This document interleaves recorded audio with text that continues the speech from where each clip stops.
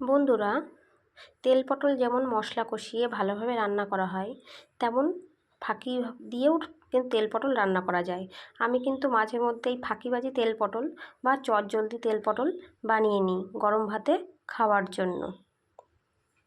তো এই তেল পটল বানানোর জন্য প্রথমে পটলগুলো ভালোভাবে খোসা ছাড়িয়ে দুই মুখ হালকা করে চিড়ে নিতে হবে।